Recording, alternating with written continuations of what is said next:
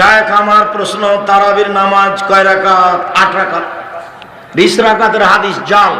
সারা দুনিয়া পড়ছে, যে সারা পৃথিবীর মানুষ পড়ুক, হাদিস জাল, এর সাথে কোনো আপোষ নেই। ওমর রাদিয়াল্লাহু তাআলা আনহু 20 রাকাতের আদেশ করেননি, 11 রাকাতেরই আদেশ করেছেন, হাদিস সহিহ। মুফাসসির সাহেব, তারাবি যে 20 রাকাত, এটা হাদিসের কোন কিতাবে লেখা আছে? আপনার মরা পর্যন্ত আমি সময় দিলাম।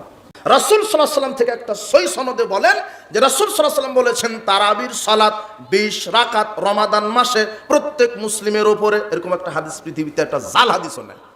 তারাবি যে 20 রাকাত সালাত, তারাবি যে 20 রাকাত, তারাবি শব্দটা হাদিসের ভাষা নয়, এটা পরবর্তীতে যুক্ত হয়েছে। হাদিসের ভাষা হলো কিয়ামুল লাইল অথবা তাহাজ্জুদ। তারাবির সালাত বা তারাবির নামাজ নবী করিম সাল্লাল্লাহু আলাইহি ওয়াসাল্লাম তার সাহাবাই কেরামদের সাথে মাত্র 3 দিন জামাত করে পড়েছেন, আর বাকি সাহাবাই কেরামরা একা একা পড়েছেন, তিনিও একা একা পড়েছেন। বিশেষ কারণে 3 দিন পড়ার পরে আর জামাত করেননি নবী করিম সাল্লাল্লাহু আলাইহি ওয়াসাল্লাম। এই 3 দিনে যা পড়েছেন এবং এমনিও যে বাড়িতে তিনি নিজে পড়েছেন তা 11 রাকাতের বেশি ছিল না। দলিল সহিহ বুখারীর হাদিস। পড়বেন 8 3 11 রাকাত অথবা 10 আর 1 11 রাকাত, এতটুকুই সালাত পড়বেন, এর বেশি পড়বেন না। 20 রাকাত তারাবির হাদিস জাল, এর কোনো ভিত্তি নাই। ওমর রাদিয়াল্লাহু আনহুর যুগে 20 রাকাত চালু ছিল, এই কথাটা মিথ্যা। একটা হাদিস আসছে, এই হাদিসটা যঈফ, এটা হাদিসের আমল করা যাবে না। কথা বোঝা গেছে? রাসূলের যুগ নিয়ে কোন চিন্তা নাই, উমরের যুগ নিয়ে ঠ্যাং নিয়ে টানা পড়া শুরু করেছে। এদের কাছে নবী হলো কে? উমর। আমাদের আহলে সুন্নাহ কি বলি? 8 টাকা তারাবি, এটাই সুন্নাত। এরপর 2 রাকাত যা ইচ্ছা পড়েন না। আমরা বলি আপনি 1000 রাকাত তারাবি পড়েন না, সব জায়েজ। সালাতুল লাইল মাসনা মাসনা।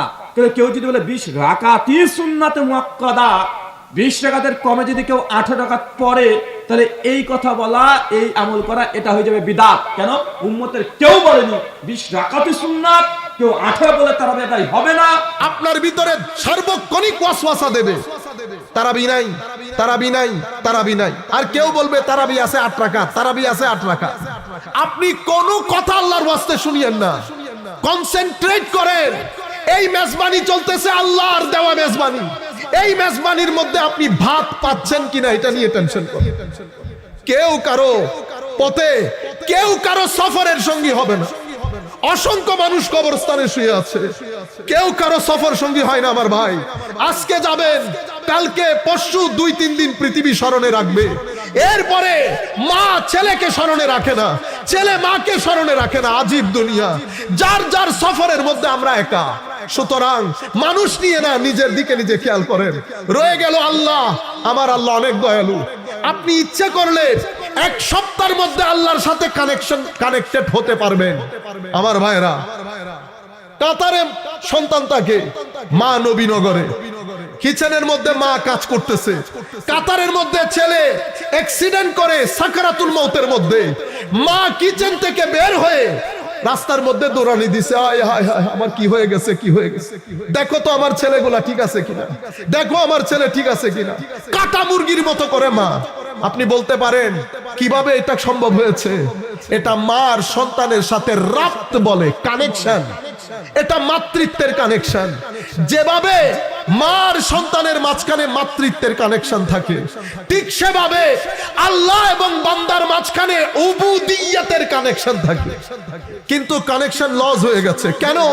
আমার আল্লাহ কানেকশন করার জন্য আমাকে যেই ইন্দ্রিয়গুলা দান করেছেন, হ্যাঁ, মুখ, চোখ, কান, সেই জায়গাগুলো আমরা সেভাবে ইউজ করতে পারছি না।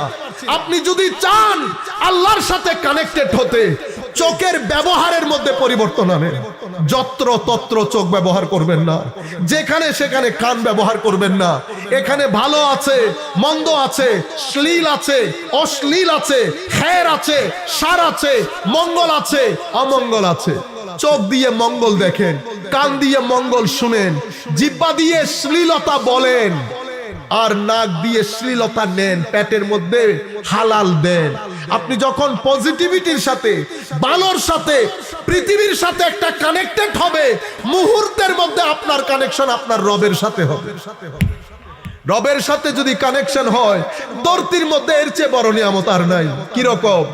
আপনি দেখবেন চোখ দিয়ে পানি পড়া শুরু করেছে, ভদ্রতা এসে গেছে, অন্তর দুর্বল হয়ে গেছে, জিকিরের প্রতি মন যাচ্ছে, তিলাওয়াতে কোরআনে আপনি এনজয় করছেন, নামাজের মধ্যে একাকিত্বে নামাজ পড়া আপনার কাছে একটা বড় ভালো লাগার কারণ হয়ে গেছে, একাকিত্বে হাঁটার মধ্যে আপনার আলাদা একটা ভালো লাগা।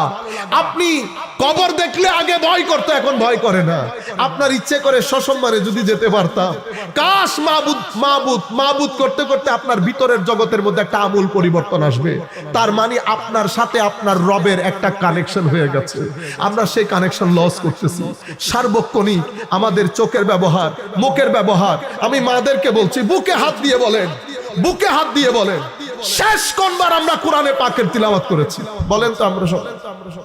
আল্লাহর কালাম আমার নবীর মাধ্যমে দিয়েছে। কষ্টের সীমা ছিল না আমার নবীর। শীতকালে আমার নবী ঘেমে যেতেন এই কোরআনে পাক দিয়ে। সেই কোরআনে পাক পড়া বন্ধ করে দিয়েছি। কোরআনে পাক বন্ধ করবেন, টেনশন বাড়বে। কোরআনে পাক বন্ধ করবেন, মানসিক হতাশা বাড়বে। কোরআনে পাক বন্ধ করবেন, সমাজের ঘরের মধ্যে অশান্তি বেড়ে যাবে। নামাজ বন্ধ করবেন, ঘরে অশান্তি হবে। নামাজ বন্ধ করবেন, জিকির বন্ধ করবেন, ঘরের মধ্যে অশান্তি হবে। আপনি মনে করছেন নামাজ ছেড়ে দিলে শুধু কবরের মধ্যে অশান্তি? না না না না। আপনি আমার আল্লাহর হাতে হ্যাঁ না বললে, আল্লাহর নাতে না না বললে দুনিয়া আপনার জন্য জাহান্নামে পরিণত হবে। আমার আখেরি পয়েন্ট, আমার ভাইয়েরা, ধর্মের মধ্যে তিনটা গুরুত্বপূর্ণ জিনিস। একটা আকীদা। একটা কি? আকীদা। আকীদা অসম্ভব গুরুত্বপূর্ণ। আকীদার মধ্যে বিন্দু পরিমাণ যদি দোষ থাকে আর আপনার 1 লাখ গুণ নামাজ থাকে, আপনার নামাজ আল্লাহ গ্রহণ করবে না। আপনি আকীদা বলতে ধরেন আপনি সবকিছু মেনেছেন, একজন সাহাবীকে আপনি গালি দিয়েছেন। তো পৃথিবীর বড় বড় বিশ্ববিদ্যালয় সব তাদের দেশে, আমাদের দেশে কি কারণে? ও ভাই, খানেকার কারণে, আল্লাহর ওলিদের কারণে, মাজারাতের কারণে, মাহফিলের কারণে, জুমার খুতবার কারণে আমাদের মানসিক স্বাস্থ্য এখনো ভালো আছে। যেই পরিমাণ অরাজকতা আমরা করি, আমাদের মানসিক স্বাস্থ্য ভালো থাকার কথা ছিল না। সম্মানিত উপস্থিতি, যে জায়গায় যে বিষয়ে কথা বলবো বলে ওনারাও আমাকে অনুরোধ করেছিলেন, আমি সেই বিষয়ে প্রাইমারি কথা বলতে বলতে দিন আমরা অন্যদিকে চলে যাচ্ছি। সম্মানিত উপস্থিতি, আমি আপনাদেরকে বলতে চাচ্ছিলাম, খেতি যেমন করেন আল্লাহর ওয়াস্তে সন্তানদের প্রতি নজর দেন। আসল খেত বাড়ি এটা। হযরতে আমার শেখ, আমাদের উস্তাদ 1997 কি 98 ইন্তেকাল করেছে। 2000-এ আমরা মিশরে গেছি। ঠিক 2 বছর 3 বছরের জন্য হুজুরকে পাই নাই। পৃথিবী বিখ্যাত মুফাসসিরে কোরআন এবং আল্লাহর বড় জবরদস্ত বলি। কালকে বা আজকে আমি পড়তেছিলাম ওনার একটা কথা। উনি বলছেন, বেটা, টাকা পয়সাও রিজিক, টাকা পয়সাও রিজিক, তবে সবচেয়ে দারুণ রিজিক হচ্ছে শরীরের সুস্থতা। শরীরের সুস্থতা। আরো যদি জিজ্ঞেস করতে চাও সবচেয়ে আজিম রিজিক কি, তো সবচেয়ে আজিম রিজিক হচ্ছে তোমার নেককার সন্তান। তোমার নেককার সন্তান। রিজিক কাকে বলে জানেন? রিজিক, রিস্ক। মাদ্রাসার যারা ছেলেরা আছে বেটা, গরিবুল হাদিসের কিতাবের মধ্যে রিজিক শব্দের অর্থ লেখা হয়েছে এমন জিনিস যেটার মাধ্যমে মানুষ উপকৃত হয়। আমার সন্তান আমার রিজিক হবে যদি আমার সন্তানের মাধ্যমে আমার উপকার সাধন হয়। সন্তানের উপকার 2 ধরনের, একটা কবরের আগের জীবন আর একটা কবরের পরের জীবন। সেই সন্তান আমার জন্য উপকারী যেই সন্তানের মাধ্যমে দুনিয়ায় কবরের আগের জীবনও উপকার হবে, কবরের পরের জীবনও উপকার হবে। সেই সন্তান সবচেয়ে বেশি উপকারী যেই সন্তানের মাধ্যমে কবরের পরের জীবনের উপকার বেশি সাধন হয়। কবরের পরের জীবনের উপকার বেশি সাধন হয়। কবরের পরের জীবনের উপকার যদি সাধন ছেলেদের কাছ থেকে নিতে চান, এটাকে রিজিক বানাতে চান, আসল খেতবাড়ি ছেলেদেরকে নিয়ে করে। 7 বছর বয়স থেকে তাদেরকে জায়নামাজে দাঁড় করা, 10 বছর বয়স থেকে নামাজের কথা বলেন, আমার নবীর ইশকের কথা শিখান, কোরআনের তিলাওয়াত শিখান, বড়দের সম্মান, ছোটদের স্নেহ এগুলো শেখান। তাকে ভদ্র বানান, তার জবান ঠিক করেন, তার চোখ ঠিক করেন। আপনি 13-14 বছর সময় পাবেন। 13-14 বছরের মধ্যে স্বর্ণের ডিজাইন যেমন ডিজাইনকারী আগুনে পুড়িয়ে দেয়, স্বর্ণ শক্ত হয়ে গেলে কি ডিজাইন দিতে পারে? ডিজাইন ভেঙে যাবে। আপনি 14 বছর পরে যদি তাকে চেষ্টা করেন, সে রিঅ্যাক্ট করবে, ভেঙে যাবে। আপনি আপনার মতো করে ডিজাইন দিতে পারবেন না।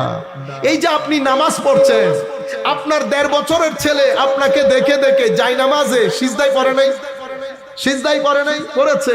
কিন্তু কি এমন হলো 15 বছরে যাওয়ার পরে সে আপনার কথা আর শুনছে না? মনে রাখবেন, আপনি ঘরের মধ্যে খেতি করতে পারেন না।